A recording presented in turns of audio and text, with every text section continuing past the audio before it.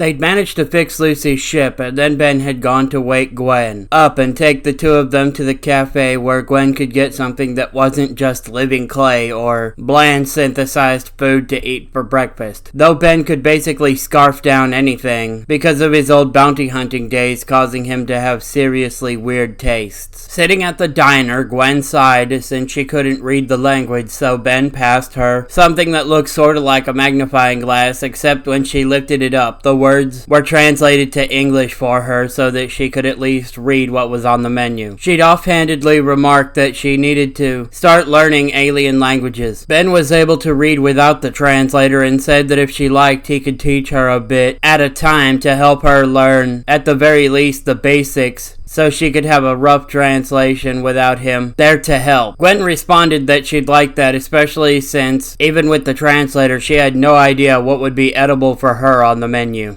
Lucy says that everything is edible for humans, but most of it would probably taste bad to her because a lot of it was local grub. Ben jokingly says that he wouldn't mind ordering something called the mindras. When Gwen asked what exactly that was, Lucy answered it was a grub, to which he says technically it's a mealworm, but they got the idea. Gwen asked him if there was anything that she could actually handle that wasn't insect-based. Shrugging, he answered that she could order the Ruyan coctrice. She'd given her husband a funny look, and asked him what that was. He then told her it's just a chicken with bigger wings and a long tail. It's all still just chicken though, nothing weird other than long tail and bigger wings. Same taste as Earth chickens, except slightly juicier. That did sound okay, so she ordered that as strips, with Ben suggesting the Rigno flavoring spice, which would draw out more flavor but not make it spicy. She decided to try it. They were brought their food, with Lucy eating something that was clay-like, and Ben was eating those worms he joked about ordering earlier. Gwen's meal was the one that was the most normal. It also tasted pretty good, too. After paying for the meal, they then headed on out to go find if they could get any leads on Bubble Helmet's group to find out what's going on there. Though at the moment they weren't having much luck. They did find out some stuff, like the fact that they were apparently working for someone else, but that wasn't really useful if they couldn't find them. They headed back to the garage/makeshift base to see if they could get anything on the scans instead, to see if anything of the like would be of use there. They began checking all the various communications channels for the local planetary area, eventually picking up something about there going to be an attack on a specific munitions building later on that night. Ben let the two of them handle things at the munitions building, stating that he had something that he was planning on doing in order to catch not only them, but their boss too. The two nodded in response to him and then headed on out to wait for the attack that was set to take place not long from now. While Gwen and Lucy were fighting Bubble Helmet's group, Ben had changed into chameleon in order to follow without being noticed, hiding in plain sight. They'd attacked the building and were stealing parts and various weapons and explosives while they were there, as Gwen and Lucy began fighting them off. They questioned first how Lucy managed to get back to the planet, but that was soon forgotten as they recognized Gwen as Ben's mate. They finished grabbing only what they were told to and began trying to get out of there fast before Ben showed up, not knowing he was already aboard their transportation. Gwen and Lucy tried their best to chase after them, but sadly they'd managed to get away. Lucy asked what exactly they were supposed to do now, and Gwen tells her that they just gotta wait for Ben and hope that he has something useful for them to take down the gang and their boss. Ben had stayed silent on their transport until after they'd already gotten back to the base, then slipped out when they were leaving it. He'd followed them to see just who was pulling the strings this time and found Fistrick there with some sort of new weapon that he'd needed the parts to keep working on. Slipping off to the side, Ben contacted Gwen, telling her and Lucy to follow the tracking signal of his plumber badge. He'd be there and ready, and that they should bring their ship too, because whatever they were working on was rather large and looked destructive. The two did as he told them, and got to their ships, with Gwen having been taught to fly by Ben. While waiting, he'd taken small bits and pieces here and there and scattered them as a chameleon, though it seemed they could work without them. Sighing, he'd had enough and hit the Omnitrix symbol, changing into Frankenstrike, and began to fight the gang and Fistrick. Liam was the first to go down, but what else was new there? They continued fighting with Vestina attacking Ben. He'd used his electric powers to make her rocket fists go haywire and fly around out of her control and slam into Bubble Helmet and into a wall, knocking him over long enough that he could zap them himself, taking them out of the fight as well.